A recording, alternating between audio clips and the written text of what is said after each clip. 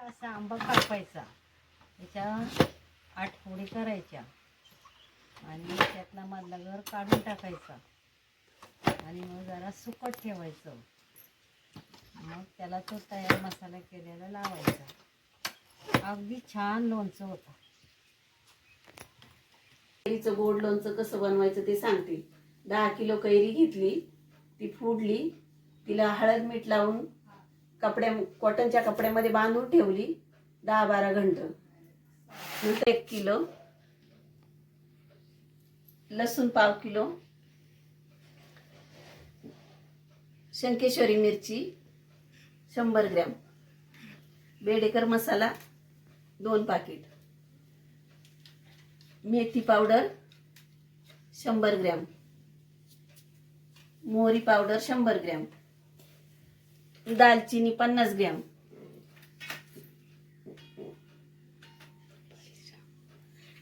मोहरी डाळ 50 gram, 50 gram, लवंग 50 ग्रॅम, काळी मिरी 50 ग्रॅम आणि शंकेश्वरी मिरच्या अख्ख्या घालण्यासाठी मसाल्यामध्ये 50 ग्रॅम, मीठ 1 किलो, तेल 1/2 किलो. ते आता मिरी टाकू भाजायला.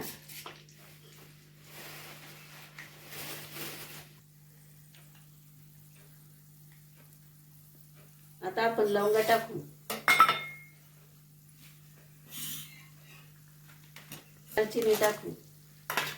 हे सगळं तेलामध्ये छानपैकी तळून घ्यायचं.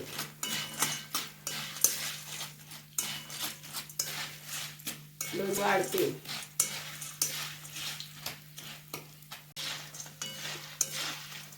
लोणच्याचा खमंग असा वास येतो गरम मसाला घातल्याने. आता आपण मिरची टाकू.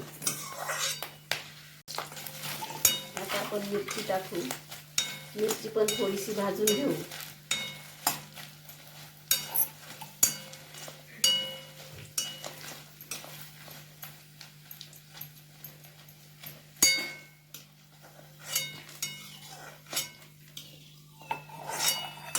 तेल वाढू याच्यामध्ये.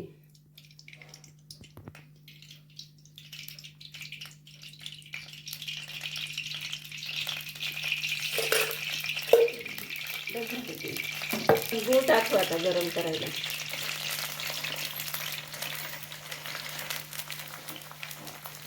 आता गुळाचा आपण पाक करून घेऊ. आता लोणच्याचा पाक तयार होईपर्यंत आपण इकडं लोणच्याची तयारी करून घेऊ. याला पहिलं हळद मीठ लावून रात्रभर बांधून ठेवलं आणि दुसऱ्या दिवशी त्याचं पाणी काढून टाकलं आणि आता मसाले घालायचे त्याच्यामध्ये सगळे. प्रथम आपल्याला मीठ टाकायचं त्याच्यामध्ये.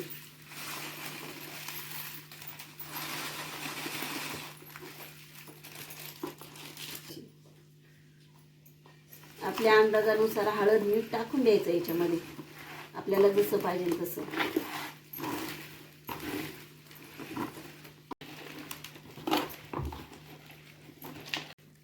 आता आपण हे तेलामध्ये गूळ टाकलेला आहे, ते आता वितळला आहे. आता वितळून झाला का त्या लोणच्यावरती हा सर्व असं पांगून द्यायचा, म्हणजे छानपणे कलर येईन आणि दिसायला छान लागेल, चवेला पण छान वाटेल.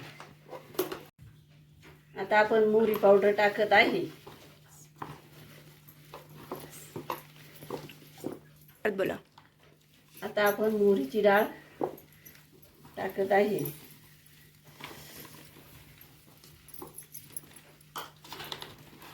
मेथी पावडर टाकत आहे. आता आपण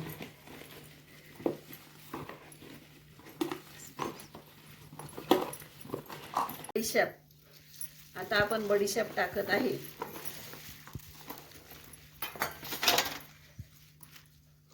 आता आपण शंकेश्वरी मिरची भाजून आबडधोबड वाटलेली आहे, ती पण त्याच्यामध्ये मिक्स करायची.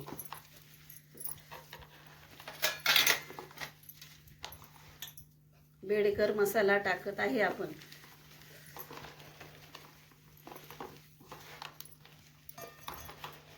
आता आपण लसूण कांड्या टाकत आहे.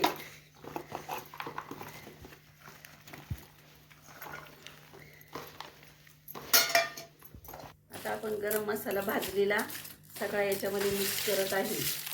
लवंगा, मिऱ्या, दालचिनी, शंकेश्वरी मिरची अख्खी सगळी याच्यामध्ये अशी तोडून टाकायची.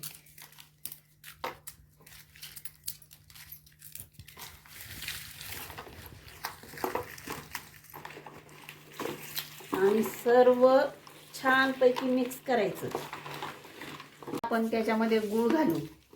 गूळ आणि तेल पाक करून घेतलेला आहे तो आपण त्याच्यामध्ये सोडू. आता मंडळी, याच्यामध्ये आपण गूळ आणि तेल थंड झाल्याच्या नंतरच याच्यामध्ये टाकायचं, गरम टाकायचं नाही. गुळाचा पाक चांगला होऊन द्यायचा, गूळ चांगला विरघळून द्यायचा आणि थंड करायचा आणि मग त्याच्यामध्ये मिक्स करायचं. आता मी काचेच्या बरणीमध्ये हे लोणचं भरून घेते आणि थोडं रिकामं ठेवायची काचेची बरणी, कारण याचं पाणी सुटतं आणि नंतर जेव्हा लागेल तेव्हा 2 दिवसांनी 3 दिवसांनी त्याचं पाणी सुटल्याच्या नंतर जसं पाहिजे तसं तेल गरम करायचं आणि थंड करून मग बरणीमध्ये ओतायचं. गरम तेल लोणच्यामध्ये ओतायचं नाही, लोणचं खराब होतं.